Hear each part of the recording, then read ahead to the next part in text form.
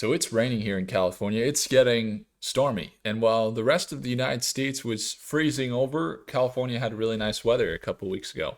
And Big Bear AI is in a similar position. You see, while the rest of the market was rallying, Big Bear AI continued to sell down, and they've sold down from about $9 a share all the way down to now $4 a share, and they continue to see some downward momentum.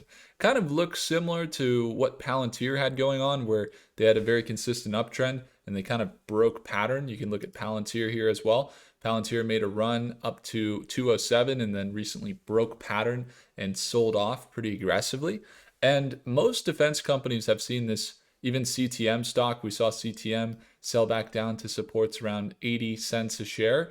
And they're looking similar in that they're a small cap defense stock that has seen some momentum shift bearish. But overall, the defense markets are at near all-time highs when you look over the last few years. Taking a look at Palantir, for example, really stepping back. Look how much they've surged from, major news as the U.S. defense departments spend more on the Golden Dome contracts, on Homeland Security, and on a lot more AI. And Big Bear AI is one of the top AI companies in the defense markets that has yet to be been proven, as their revenue still is stalling.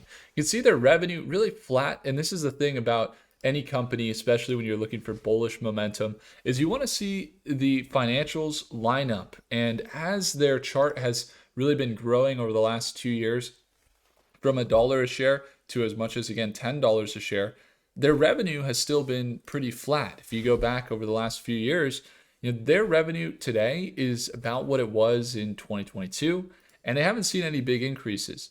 The only thing that we got out of last quarter was a positive net income, meaning they're not spending as much. But in the same quarter, they acquired multiple companies that most likely will run up a tab in this next earnings. So I'm kind of bracing a little bit as we get ready for their earnings report. As you can tell, according to MarketBeat, at least the next earnings is coming here. They had their earnings report lastly come out on November 10th. Okay, and then their upcoming earnings right now is coming up on March 5th. So they have just about a little bit over 3 weeks before their earnings come out. Now, some of the earnings, as they've got some estimates right now, their guidance did get kind of dropped down in the last quarter. And they even missed their earnings per share, and they missed a little bit on the consensus estimate. You can see they sold off just a little bit after earnings. But take a look.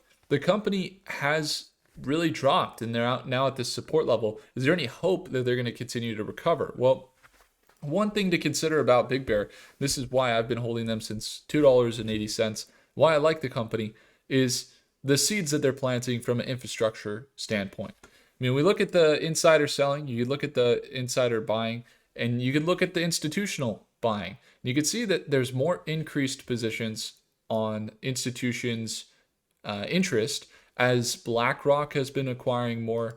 We definitely see Goldman Sachs acquiring, Citadel acquiring, State Street jumping in. And while there's been more institutions buying in, that's one thing, but there's got to be reasoning, right? Well, part of the reasoning is that they could be one contract away from potentially exploding. And this is really where things get interesting. We've seen they've been gearing up for mega events like the 2026 FIFA World Cup. We've seen them gear up for the Olympics as well. But where they've really excelled is by jumping into the infrastructure plays in the airports. And we saw the Veriscan technology get deployed at dozens of airports this last year with the biometric scanning identity authentication system that enhances convenience, operational efficiency, and efficacy for the TSA and at the ports of entry and at the gates going to and from different destinations. And so they have dozens of these deployed, and they haven't seen any revenue increase. I was expecting when they got JFK, there would be a revenue increase. I was expecting when they got LAX and they got Dallas, that there would be a revenue increase. Or when they got some AI customs management systems for ports and borders that are in the UAE now, that they would see a revenue increase. I haven't seen the revenue increase. I've been looking for the revenue increase, but we haven't seen the revenue increase. I was expecting that when they got into Chicago and Nashville and other top airports, that they were going to be seeing some growth in, not just their revenue, but in the net income as well. And so we saw them get deployed at some of these airports, including JFK, Los Angeles, Montreal, Port of Seattle, Vancouver, Chicago, Denver International Airport, and others. But the thing is they haven't seen their revenue increase. So there's two reasons, really what could be happening here. Number one, they could have a long-term play similar to what you'd see in large companies building infrastructure for the long term. They're okay with not getting money right away, but building that base so that later on the revenues are much greater because they have a large infrastructure built. Very, very, very good for a growth play that's in 3 to 5 year time horizon. Very good.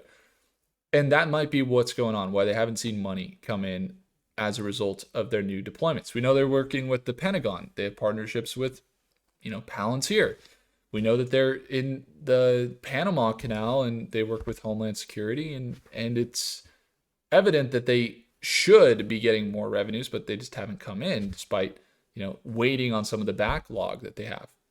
And so while their authentication comes in, they haven't seen the revenue. So it could be they're just waiting for the right contract. They get a good contract and they're all set. Number two could be that there's not enough value. They provided this infrastructure. They get the infrastructure out there. They're now deployed at various airports. We're seeing the deployment, the travel and trade heat up. They have these various scans deployed. However, in that deployment, there's not enough demand. Maybe other competitors are in the way. You got Clear there. You have TSA maybe wanting their own technology. And even though they're being used, which I've seen them, they're collecting millions of data points for sure, they might not be to the level of quality or to the attractiveness of TSA saying, yeah, we're going to secure this contract. Because here's what we know about TSSA or TSA. I said TSSA because we're covering another stock called TSSI in the data center market. And I meant to say TSA. TSA Screening Partnership Program creating TSA checkpoints. This was a $5.4 billion potential deal that hasn't been acted upon from TSA, where they're looking for the screening partnership program for innovative technology to enhance aviation security, reduce operating costs for workforce, reduce manual labor on TSA, incorporate AI-driven threat detection, remote screening, and they even say biometric ID verification tools and AI and machine learning, which is exactly, TSA is saying literally exactly what they do over at BigBear.ai. So while they haven't seen the revenue hit, and while it's suffering as they sell off here, and we see them get down to this previous support level, it's a previous resistance and support where they've consolidated before, and it's also acted as a resistance here before around $4 a share that they may hold right now, and they might bounce, and it might be a very good opportunity for an entry that we see a recovery. But given the downward projections, and they haven't come out with new contracts, there's really just one great scenario that would play out. They come out with earnings and they have accumulated more revenue because of their recent acquisition. So they paid $250 million for a company that was doing about $25 million a year called Ask Sage. And Ask Sage is in the AI and government sector. And so that could be where they come out with their revenue, and it's just way better because why? They finalized the deal with Ask Sage. Ask Sage is a generative AI platform that works with the Department of Homeland Security, BAE Systems, Mobius Solutions. They work with like 15,000 government agencies, and they're an AI platform that allows the technology to be more encrypted and that they can build their own LLMs in a secure way. And as you can tell, US Army, NASA, Airbus, they basically acquired this company. They did acquire the company.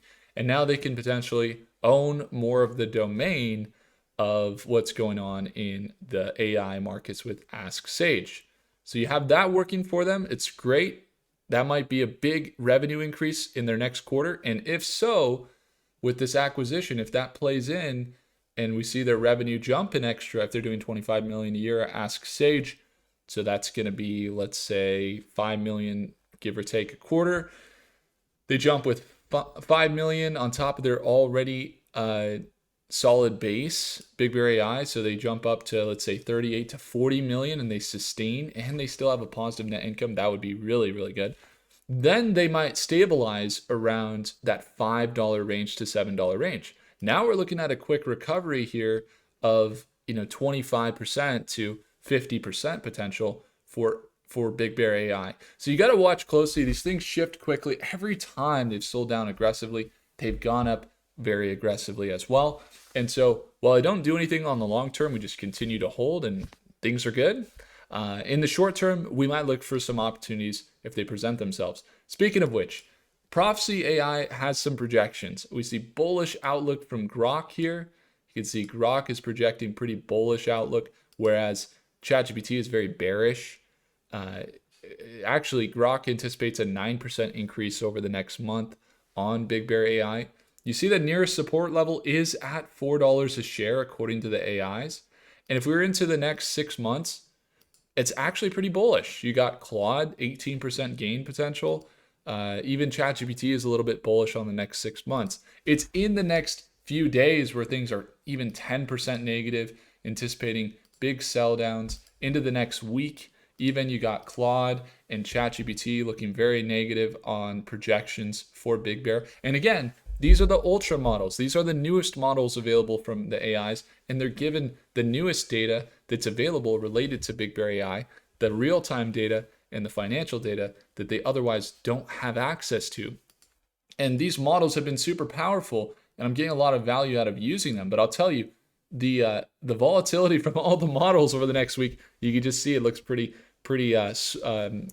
aggressive. But getting into the next month, 3 months, things start to turn a little more bullish. Into the next year, most models still projecting bullish on Big Bear, anticipating just from a technical perspective and from a fundamental perspective, things will continue to look bullish. With Claude actually anticipating pretty bullish, up about 28% increase from here into this year, 28% up. So let's watch the earnings call. Again, if you want to stay up to date, make sure to subscribe. If you want to get access to this Prophecy AI, hit the first link in the description below, and we can get you access as soon as tomorrow, and you can start using AI to finalize some of your decision making. And I'll see you in the next video. Take care.